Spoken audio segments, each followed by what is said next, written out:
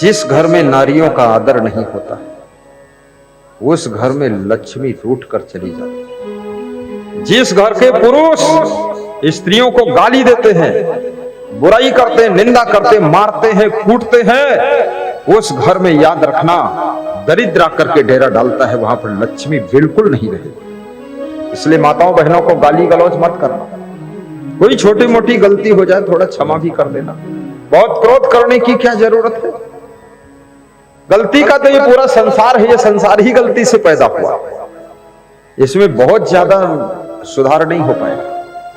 लोग मर सकते लेकिन सुधर नहीं सकते बहुत ज्यादा। आत्महत्या कर लेंगे, मर जाएंगे, जिंदगी बर्बाद कर देंगे, लेकिन बस इतना सुधर गए बहुत है। और जिस घर की नारियां अपने पतियों का अपमान करती है, पति की फिक्र नहीं करती है, पति का आदर नहीं करती है, और पति के भोजन की भी परवाह नहीं है, और पति की क्या दशा दुर्दशा हुई इसका कोई सोच नहीं है, याद रखना उस घर के अंदर कभी शांति नहीं रह सकती है। शांति नहीं रह सकती है, उस घर की कभी उन्नति नहीं हो सकती। इसलिए अपने पति की फिक्र करो,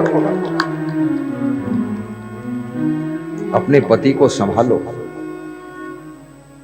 अपने गुरु को भी संभालो, शिष्य को संभालो, बेटे को भी संभालो। तुम्हारा बेटा है इधर उधर कैसे घूम रहा है, तुम्हारी बेटी इधर उधर कैसे घूम रही, कंट्रोल क्यों नहीं करते, नियंत्रण क्यों नहीं करते? और नियंत्रण वही कर सकता है जो स्वयं नियंत्रण में रह सकता है। जो खुद कंट्रोल में नहीं, दूसरे कंट्रोल क्या खाक करेगा? खुद ही कंट्रोल में पहले रहो। और अपने माता पिता को भी संभालो।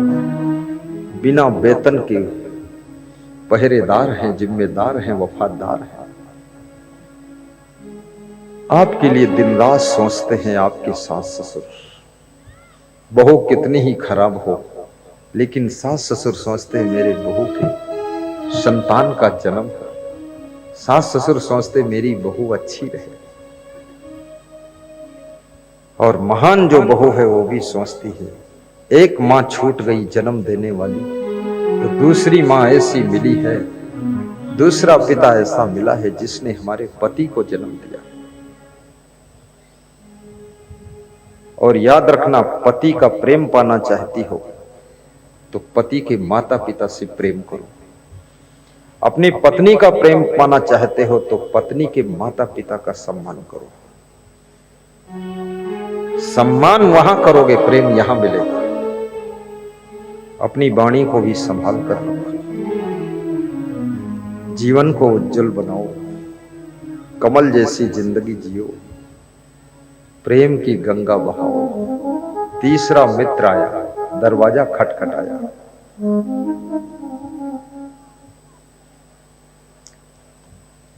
पति ने कहा, देखो भार्या ये कौन आया है? पत्नी ने कहा, चाहे जो आया हो, आपका मित्र हो सकता है, लेकिन मैं अब नहीं उठूंगी। हद हो गई, 3 बार नंबर नहीं। पति ने कहा, बोलो कुछ मत, आप आराम करो, मैं उठता हूं, देखता हूं। पति उठकर गया और देखा तो पत्नी का बड़ा भाई आया, साला आया। कहा, आइए साले साहब। और ज्यों ही बोला आइए साले साहब, पत्नी ने रजाई फेंका और छलांग मार कर आ गई और हंस करके बोली, आइए भाई साहब बैठिए। और देसी घी की पूड़ी बनाकर, गरम गरम सब्जी बनाकर आधे घंटे में खिला दिया। पति ने कहा, आपको तो नींद आ रही थी, सो जाओ। बोले, ये कोई मित्र थोड़े है, ये तो मेरा भाई है, इसके लिए नींद थोड़े आ रही है। जहां प्रेम होता है वहां नींद भी उड़ जाती है। श्री हेमराज सिंह कह रहे थे, 15 दिनों से नींद न जाने कहां गई, बस आपकी ही सेवा में दौड़ रहा हूं। याद रखना, जागने में भी सुख मिलता है, दौड़ने में सुख मिलता है, काम करने में सुख मिलता है, मेहनत करने में सुख मिलता है, झाड़ू लगाने में सुख मिलता है, कपड़ा धोने में सुख मिलता है। कब? जब प्रेम होता है तब। प्रेम नहीं है तो क्या होता है? एक लोटा पानी उठाओ तो वो भी वजन लगता है। फिर एक लोटा पानी का वजन भी तुम कहोगे कमर उखड़ गई। बहुत वजन था। प्रेम बहुत बड़ी चीज है। पोथी पढ़ी पढ़ी जगमुआ, पंडित हुआ न कोई, ढाई अक्षर प्रेम का, पढ़े सो पंडित हो। जोर जोर से बोलने की आदत छोड़िए, इससे प्रेम कमजोर हो जाता है।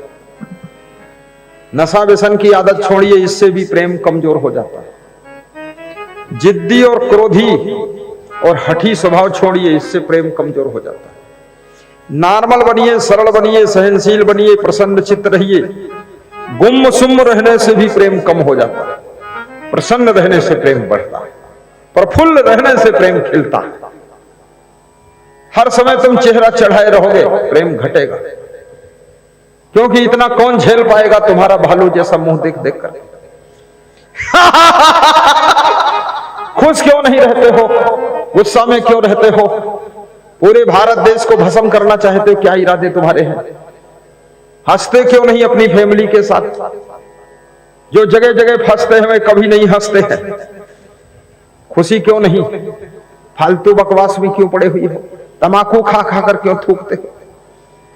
मैं आज प्रातः परिक्रमा जा रहा था, कई जगह सड़क पर इतना लोगों ने पान तमाकू पुड़िया का गुल्लम गुल्ल थूका था, लग रहा था कोई चूहा मार के उसका खून निचुड़ गया। बहुत गंदगी, सड़क गंदी कर दिया। भगवान राम ने कोई नशा नहीं किया। देखिए जिंदगी क्या है उनकी, पूजा हो रही है।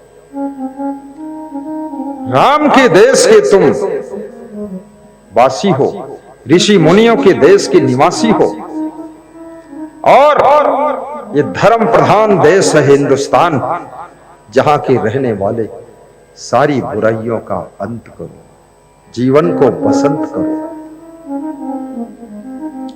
आपका जीवन मंगल में। बहुत सुंदर शोभा यात्रा का दृश्य दिखा रहे हैं।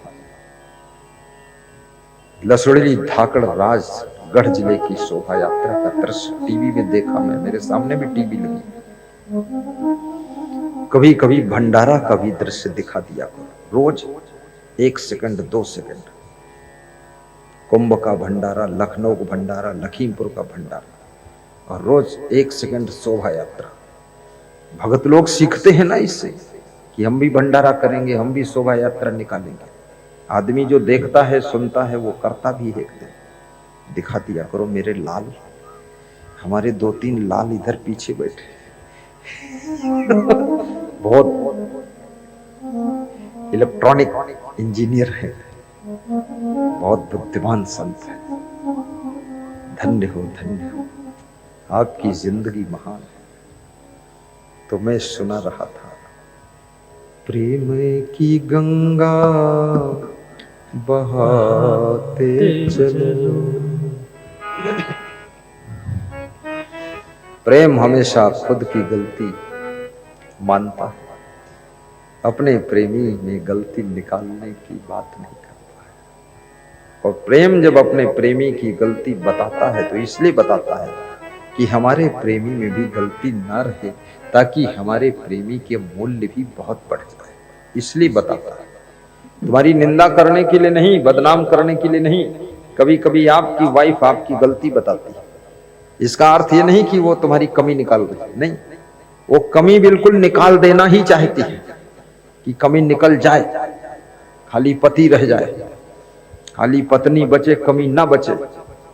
अगर गुरु आपकी कोई कमी बताता है तो मन संचालन करते हो, बड़बड़ बड़बड़ बोलते हो जल्दी जल्दी, तो गुरु बताता है कभी कभी तुमको स्पीड कम, आवाज तेज।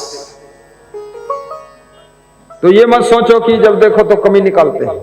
कमी निकाल के बाहर करना चाहते हैं, तुमको अच्छे मन संचालक बनाना चाहते हैं, अच्छा वक्ता बनाना चाहते हैं, इसलिए बता रहे हैं, नहीं तो बोलते ही नहीं। तुम बने रहो, अपना बड़बड़ाते रहो, मेढक की तरह टर्र करते रहो, क्या मतलब।